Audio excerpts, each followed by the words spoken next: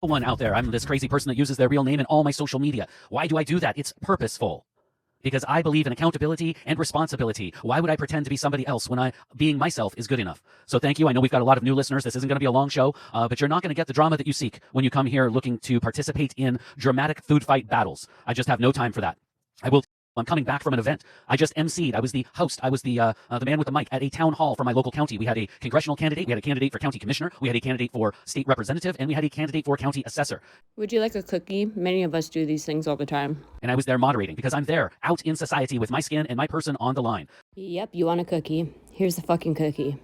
So there's a lot of dramas sometimes that happen in the wires and on our little phones, and we're clickety-clacking. And I want to address that at the beginning, because it's a problem I've seen with our society as I decided to jump in and try to see what was wrong with this mess and try to fix it. It was my duty and my responsibility, and I take it very seriously as I have volunteered to serve my country, as I have volunteered to step forward as a citizen and inject myself in the bureaucratic process to try to right the ship, to try to get it in a better direction.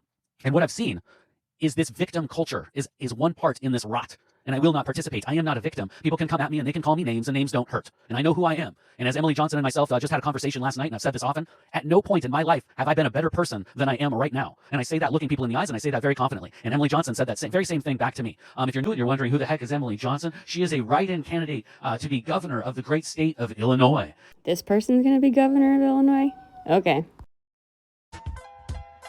My friend told me today that I would make a great governor because I would say things like, boys shouldn't be using the girls' bathrooms, and girls have vaginas and boys have penises. So original. And I would make crazy declarations like, free pie for everyone. Yeah, you can't do that. I would say, everybody should know how to use a gun and own one legally. But then she said, I don't know if that would make the greatest of governors, but everybody would love you, and that's sometimes just as important. So being loved by everyone is just as important as running an entire state like Illinois. Okay.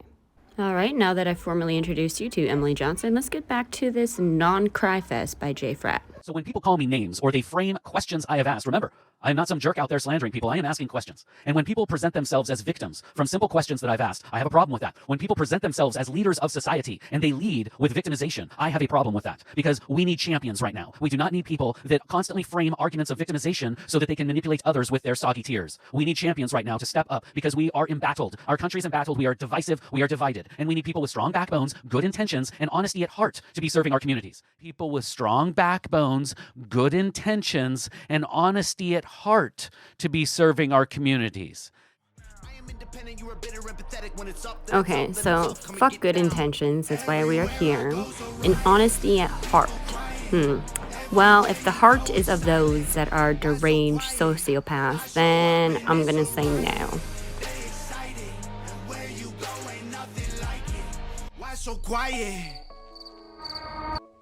Hostile armies may face each other for years, striving for the victory which is decided in a single day. This being so, to remain in ignorance of the enemy's condition simply because one grudges the outlay of 100 ounces of silver in honors and emoluments is the height of inhumanity. One who acts thus is no leader of men, no present help to his sovereign, no master of victory. Thus, what enables the wise sovereign and the good general to strike and conquer and achieve things beyond the reach of ordinary men is foreknowledge. Now this foreknowledge cannot be elicited from spirits. It cannot be obtained inductively from experience, nor by any deductive calculation. Knowledge of the enemy's dispositions can only be obtained from other men.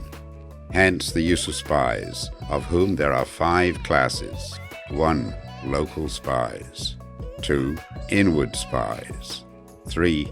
Converted spies. 4. Doomed spies. 5. Surviving spies. When these 5 kinds of spy are all at work, none can discover the secret system. This is called divine manipulation of the threads. It is the sovereign's most precious faculty.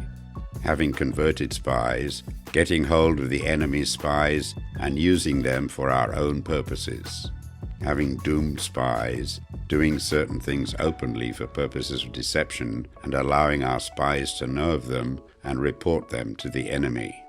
Surviving spies, finally, are those who bring back news from the enemy's camp.